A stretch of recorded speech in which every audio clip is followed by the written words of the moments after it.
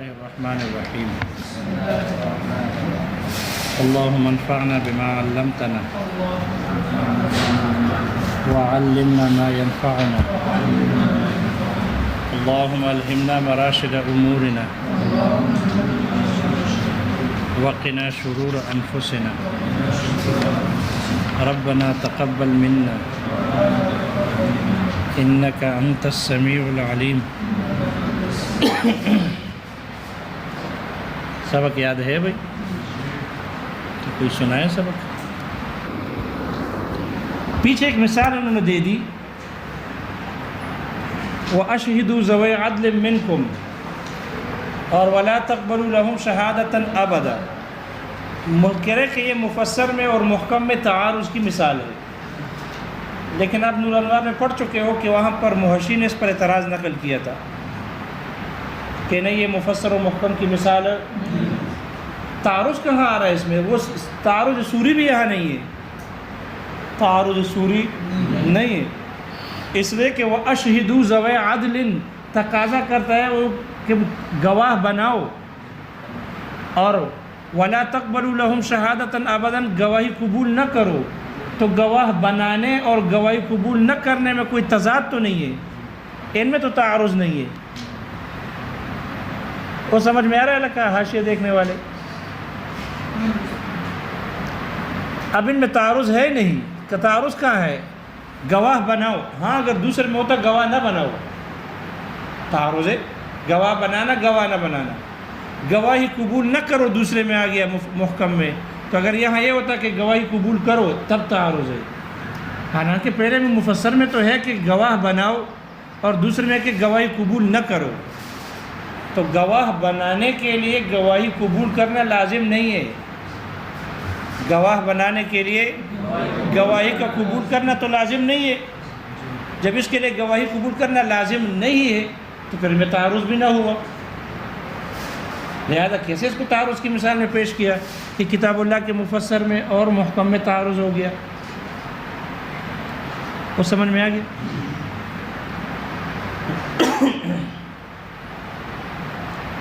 اور اگر ہم یہ مان بھی لیں، اگر یہ مان بھی لیا جائے کہ یہی وجہ ہے محدود فی القذف اور نابینا کو نکاح میں گواہ بنا سکتے ہیں. اگر محدود فی القذف ہے یا نابینا ہے اور وہ نکاح میں گواہ بن جائے تو نکاح منعقد ہو جاتا ہے. پھر اگر زوجین کے درمیان اختلاف پیدا ہو، ایک کا دعویٰ ہو نکاح کیا ہے، دوسرے کا دعویٰ کہ نکاح ہم نے نہیں کیا، اور پھر قاضی کی عدالت میں یہ شوہر گواہ لے کر جائے تو یہ ادائے شہادت نہیں کر سکتے. اس لیے قاضی گواہ ولا تقبلوا قبول نہ کرو، قاضی کو حکم یہ. لیکن گواہ تو بن گئے، انہوں نے گواہ بنا دیا. معلوم ہو گواہ بنانے کے لیے گواہ کا قبول کرنا لازم ہو نہیں. لیکن اگر مان بھی لیا جائے چلو کہ اشہاد کے لیے، گواہ بنانے کے لیے گواہی کا قبول کرنا لازم ہے، اگر مان بھی لیا جائے تو پھر یہ مفسر اور محکم کی تعارض کی مثال نہ ہوگی، بلکہ یہ کتاب اللہ کے اشارۃ النص اور عبارۃ النص کے تعارض ہوگا. وَأَشْهِدُوا کے لیے گواہی کا قبول کرنا اگر لازم ہو تو اس آیت کے اشارۃ النص سے پتہ معلوم ہو رہا ہے کہ محدود فی القذف کی گواہی قبول ہو، اور وَلَا تَقْبَلُوا لَهُمْ شَهَادَةً أَبَدًا کی عبارۃ النص دلالت کر رہی ہے کہ محدود فی القذف کی گواہی قبول نہ ہو. تو عبارۃ النص اور اشارۃ النص میں تعارض آ گیا، اور جب ان میں تعارض آ جائے تو ترجیح کس کو ہوتی ہے؟ جی، عبارۃ النص کو ترجیح ہوتی ہے. اس لیے محدود فی القذف کی گواہی قبول نہیں ہوگی. خلاصہ یہ کہ اس مثال کو مفسر اور محکم کے تعارض میں پیش کرنا محل نظر ہے. اس پر یہ اشکال ہے کہ یہ اول تو تعارض کی مثال ہی نہیں ہے. اگر ہم اس کو تعارض اشہاد کے لیے قبولیت شہادت لازم مان لیں تو پھر عبارۃ النص اور اشارۃ النص کے تعارض کی مثال ہوگی، نہ کہ مفسر اور محکم.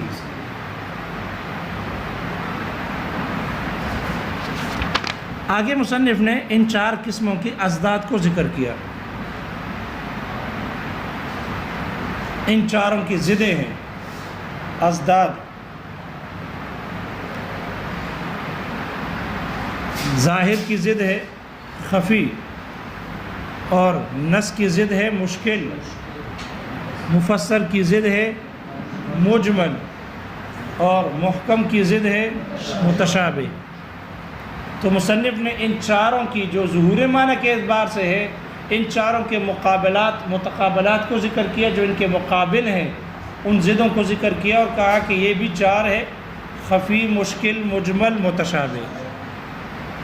اور جیسے ظہور معنی کے اعتبار سے ان کے مراتب تھے کہ ظاہر میں ظہور معنی کم ہے، نص میں ظہور معنی زیادہ، اور مفسر میں ظہور معنی سب سے زیادہ، اور محکم میں بھی ظہور معنی اتنا ہی ہے لیکن قوت میں بڑھ کر. اسی طرح اس کی ضد میں معنی کی پوشیدگی ہے تو وہ اسی طرح درجے میں ہے کہ خفی میں پوشیدگی کم درجے کی ہے، اور مشکل میں پوشیدگی زیادہ ہے، اور مجمل میں پوشیدگی اس سے بھی زیادہ ہے، اور متشابہ میں پوشیدگی سب سے زیادہ ہے. تو جیسے وہاں ہے اسی طرح ظاہر، خفی، مشکل، مجمل بھی اسی کے مقابل میں ہے. ان میں بھی خفائے معنی اسی ترتیب سے ہے، اور جیسے وہاں یوجد الادنی فی الاعلی ہے، یہاں پر بھی یوجد الادنی فی الاعلی، یوجد الادنی فی الاعلی. شارح کہتے ہیں یہاں ان کو کہا ضد ہیں اس کی، اور ضد کی چار معنی ذکر کیے. ضد کہتے ہیں کسی شے کے مقابل کو، کسی شے کے کہتے ہیں یہ اس کی ضد ہے، تو ضد کہتے ہیں کسی شے کے مقابل کو کہتے ہیں جو ایک وقت میں ایک جہت سے اور ایک محل میں اس کے ساتھ جمع نہ ہو سکے. ضد کسی شے کے اس مقابل کو کہتے ہیں جو اس شے کے ساتھ ایک وقت میں، ایک محل میں اور ایک جہت سے جمع نہ ہو سکے. اس کو کہتے ہیں ضد. تقابل یہ ضد ہے، اور اس ضد کی تقابل کی چار اقسام ہیں جو شارح نے ذکر کی ہے. ضد اور تقابل کی کتنی قسمیں؟ چار قسمیں ہیں. پہلی قسم ہے تقابل متناقضین. تقابل متناقضین، دو متناقضین کا تقابل، جیسے الانسان لا انسان، دونوں آپس میں ایک دوسرے کی نقیض ہے. الانسان اللہ انسان. دوسری قسم ہے تقابل متضائفین.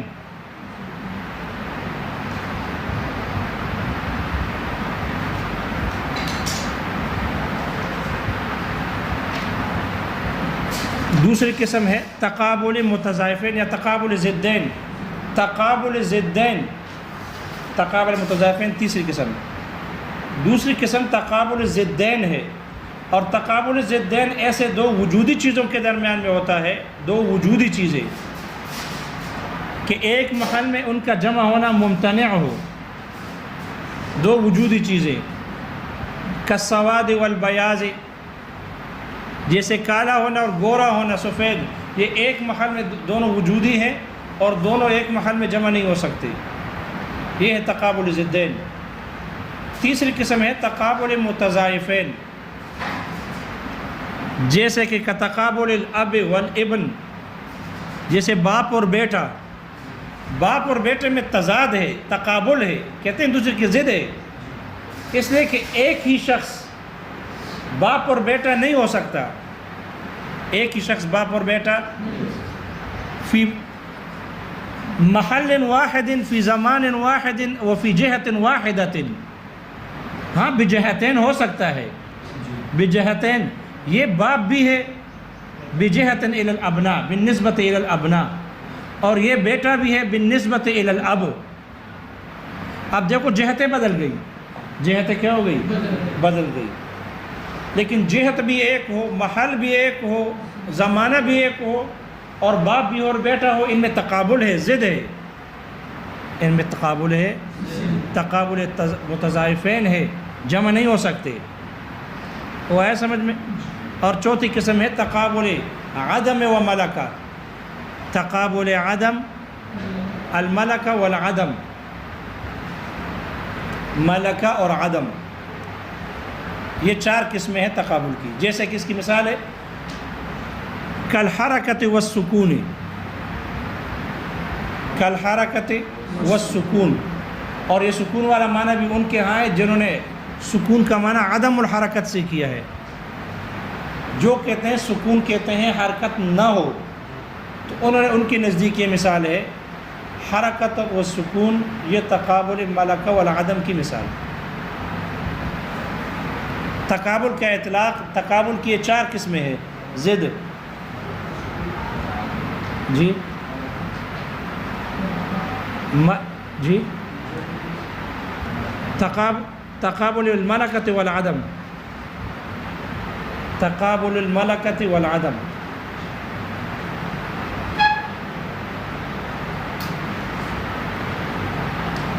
فقہا کی اصطلاح میں ضد کا اطلاق ان 4 پر ہوتا ہے. فقہا کے نزدیک جب کہا جائے کہ یہ اس کی ضد ہے تو ضد کا اطلاق ان 4 پر ہو سکتا ہے، چاہے وہ ضد متناقضین ہو یا ضدین ہو یا متضاعفین ہو یا تقابل عدم والملکہ ہو. ان 4 پر اطلاق صحیح ہے.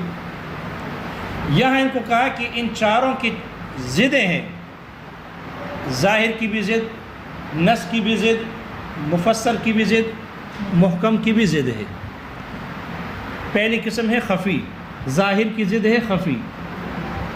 خفی کی تعریف مصنف نے کی ہے، خفی وہ کلام ہے وَهُوَ مَا خَفِيَ الْمُرَادُ مِنْهُ بِعَارِضٍ غَيْرِ الصِّيغَةِ لَا يُنَالُ إِلَّا بِالطَّلَبِ. خفی وہ کلام ہے کہ جس کی مراد صیغے کے علاوہ کسی عارض کی وجہ سے پوشیدہ ہو گئی ہو. وہ کلام جس کی مراد پوشیدہ ہو گئی ہو صیغے کے علاوہ کسی عارض کی وجہ سے، اور اس مراد کو حاصل نہیں کیا جا سکتا مگر تلاش کرنے سے، طلب کرنے سے. جو ہی طلب کرو گے اس کی مراد واضح ہو جائے گی. مراد پوشیدہ تھی، پھر مراد واضح ہو جائے گی طلب کرنے سے. جب تک طلب نہیں کرو گے مراد واضح نہ ہوگی.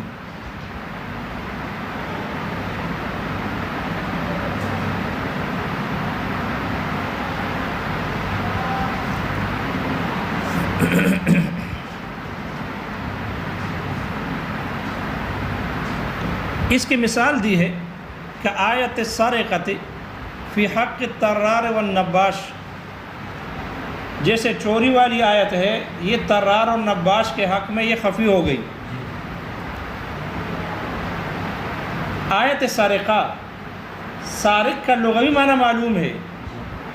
سارق کے جتنے بھی افراد ہیں اس کو یہ آیت شامل ہے، اور چور کی سزا یہ کہ ان کا ہاتھ کاٹ دیا جاتا ہے. چور کا ہاتھ کاٹنا واجب ہے.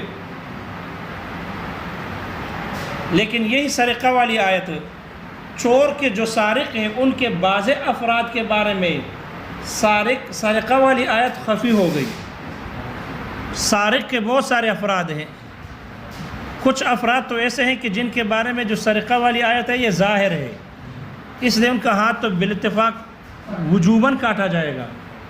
لیکن اسی سارق کے کچھ افراد ایسے ہیں کہ جن کے بارے میں سرقے والی آیت خفی ہو گئی کہ آیا یہ سرقہ، اس کو سارق کہا جائے گا یا نہیں کہا جائے گا. آیت ان کے حق میں خفی پوشیدہ ہو گئی، خفی ہو گئی. یہ نہیں کہ جیسے طرار اور نباش ہے تو طرار اور نباش کا یہ نہیں کہ طرار اور نباش کا معنی معلوم نہیں ہے. طرار اور نباش کا معنی معلوم ہے، لیکن آیا یہ سارق کے افراد ہے یا نہیں، اس بارے میں یہ سرقہ والی آیت ان کے بارے میں کیا ہو گئی؟ خفی ہو گئی، پوشیدہ ہو گئی. کیوں پوشیدہ ہو گئی؟ عارض کی وجہ سے جو صیغے کے علاوہ ہے، اور وہ عارض خود ان دونوں چیزوں میں موجود ہے. طرار اور نباش میں وہ دونوں چیزیں موجود ہیں. طرار کہتے ہیں ترن سے، جس کا معنی ہے کاٹنا. یہ جیب کترے کو کہتے ہیں. کترا ہے کترا ہے جی، جیب کترا. اور نباش کے نبش سے ہے، اس کا معنی ہے کفن چور، کفن نکالنا مردوں کا. اس کا معنی ویسے کھولنا ہے.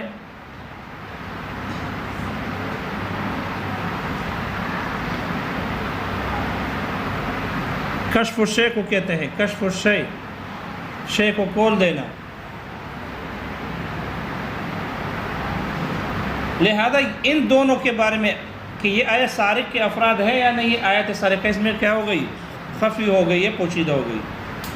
کیوں ہو گئی ہے؟ ایسے عارض کی وجہ سے کہ جو صیغے کے علاوہ ہے، اور وہ عارض یہ ہے کہ یہ دونوں عرف میں، معاشرے میں دوسرے نام کے ساتھ خاص ہو گئے، اس لیے طرار کو سارق نہیں کہا جاتا بلکہ اس کو طرار کہتے ہیں، اور کفن چور کو نباش کہا جاتا ہے، سارق نہیں کہا جاتا، تو الگ نام رکھ دیے گئے۔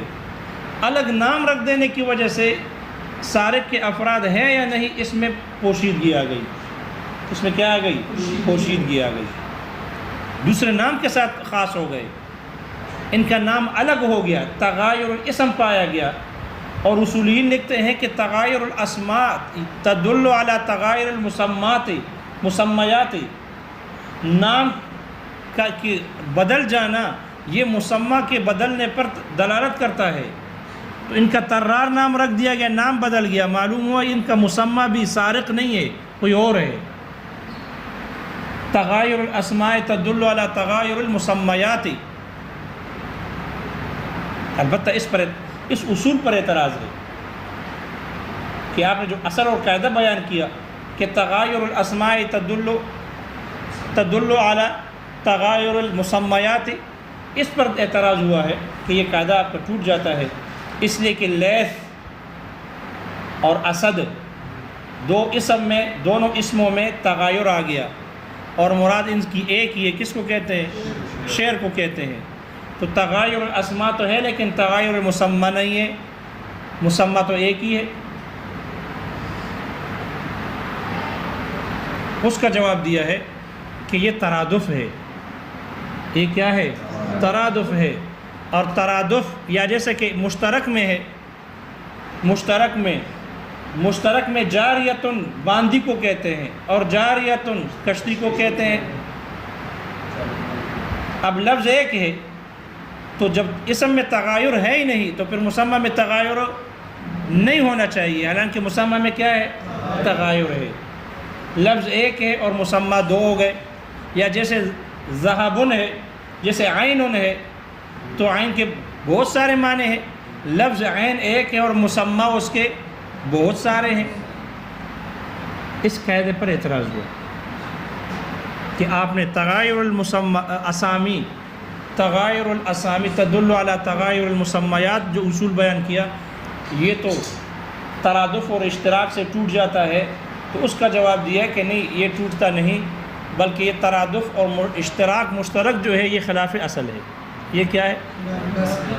اصل یہ ہے کہ جب ایک اسم ہو تو مسمى بھی ایک ہو، یہ نہیں کہ اگر اسم ایک ہے یا اسماء دو ہے اور مسمى ایک ہو، یہ ترادف اور اشتراک خلاف اصل ہے، ترادف اور اشتراک خلاف اصل ہے۔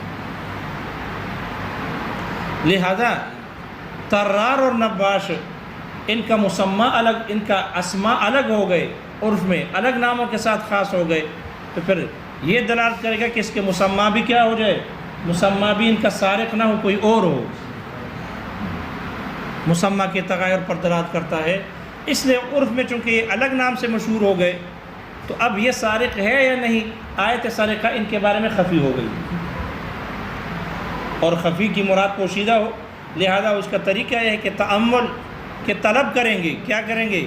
طلب کریں گے، تاکہ اس کی یہ پوشیدگی دور ہو جائے، بغیر طلب کی اس کی پوشیدگی دور ہو نہیں سکتی، اس لیے غور کیا جائے گا سارقے کی تعریف میں۔ سارقہ کہتے ہیں اخذ مال الغیر محترم محرز خفیتاً، سارقہ کہتے ہیں دوسرے کا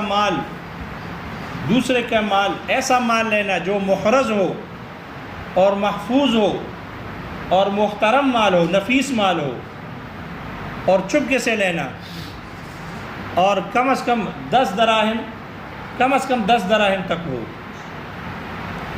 جب ہم نے سارقہ کی تعریف میں طلب کیا، سارقہ کی تعریف ڈھونڈی، اب ہم نے غور کیا اس میں کہ آیت طرار اور نباش اس کے بارے میں آیت خفی کیوں ہو گئی، پتہ چلا کہ طرار میں یہ آیت سارقہ خفی اس لیے ہوئی کہ طرار میں سارق کے بنسبت معنی کی زیادتی پائی جا رہی ہے، معنی کی زیادتی پائی جا رہی ہے۔ اور نباش میں یہ آیت خفی کیوں ہو گئی؟ اس لیے کہ نباش میں سارقے کی تعریف کمی کے ساتھ پایا جا رہا ہے، لہذا جس میں تعریف سارقے کی تعریف زیادتی کے ساتھ پائی جائے گی تو اس کے بارے میں یہی ظاہر آیت کا حکم اس پر لگایا جائے گا وجوباً، دلالت النص کے طور پر۔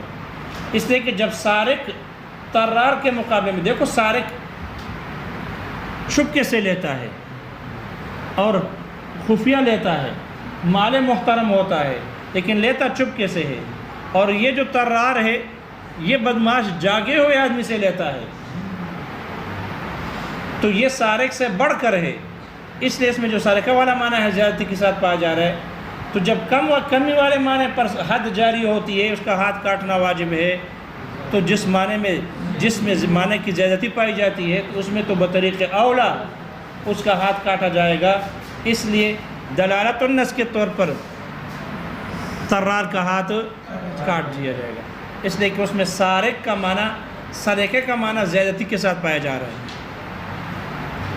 نباش کو دیکھا تو نباش میں سرقے والا معنی کمی کے ساتھ پایا جا رہا تھا، اس لیے نباش کا ہاتھ کاٹا جائے گا یا نہیں کاٹا جائے گا؟ اس لیے کہ ہے تو چور لیکن چوری والا معنی اس میں کمی کے ساتھ پایا جا رہا ہے، اس لیے کہ اس میں چوری کی تعریف صادق وہاں ہے کہ ایسا مال چوری کرنا جو نفیس ہو اور کفن نفیس نہیں، ایسا مال لینا کہ چپکے سے لو، چپکے سے تو لیتا ہے لیکن ایسا شخص لیتا ہے کہ محرز نہیں ہے، وہ مردہ اپنے مال کی حفاظت کرنے والا نہیں ہے، زندہ آدمی ہو یا سویا ہوا آدمی ہو تو وہ تو مال کی حفاظت کر کے سو جاتا ہے، تالا لگا لیتا ہے، چھپ کے رکھ لیتا ہے، اور زندہ آدمی، جاگتا ہوا آدمی، وہ بھی مال کی حفاظت کا ارادہ کرنے والا ہوتا ہے، لیکن مردہ تو مردہ ہے، وہ تو مال کی حفاظت کرنے والا نہیں ہے، لہذا وہ مال محرز نہیں ہے، مال نفیس محترم نہیں ہے، اس لیے ان پر چوری کی تعریف صادق نہیں آ رہی، کمی کے ساتھ صادق آ رہی ہے، اس لیے اب اس کا ہاتھ کاٹا جائے گا نہیں کاٹا جائے گا، شبہ آ گیا۔ اور الحدود تندرع بالشبہات، حدود کو شبہات کی وجہ سے دور کیا جاتا ہے، ساخط کیا جاتا ہے، اس لیے نباش کا ہاتھ نہیں کاٹا جائے گا اور طرار کا ہاتھ کاٹ دیا جائے گا۔ وہ خفی کی مثال سمجھ میں آ گئی؟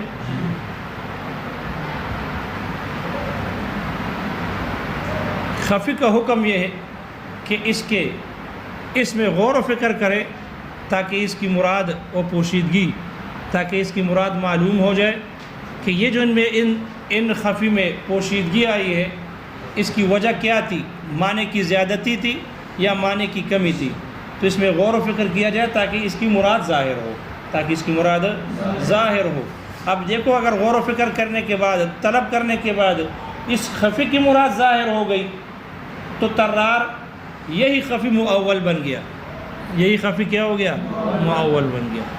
لیکن یہ خفی بیان کے اقسام میں سے کلام، اور وہ جو خفی مؤول تھا وہ کلمے سے متعلق ہے، کلام نہیں ہے، کلمے سے تعلق رکھتا ہے، وہ مشترک کی قسم اور یہ بیان کی اقسام میں سے ہے۔ دوسری قسم ہے نص کے جو مقابل میں ہے مشکل اس کو کہتے ہیں، وہ کلام ہے کہ جو اپنے ہم مثلوں میں داخل ہو گیا ہو، اپنے ہم شکلوں میں داخل ہو گیا ہو، اور لا ینال المراد منہ الا بالتأمل بعد الطلب، جس کی مراد طلب کرنے کے بعد غور و فکر سے حاصل ہو سکتی ہے، اس کے بغیر حاصل نہ ہو سکے، وہ ہے مشکل اشکل سے ہے، اشکل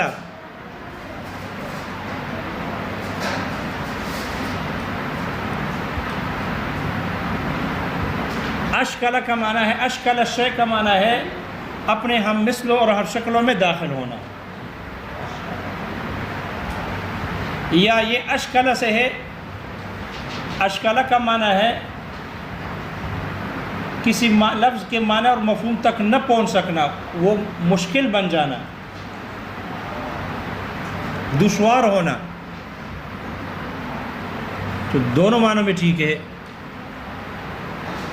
چونکہ یہ مشکل بھی اپنے ہم مثلوں اور ہم شکلوں میں داخل ہو جاتا ہے، اس لیے یہ اس کو مشکل کہتے ہیں، اور یہ اس کی مراد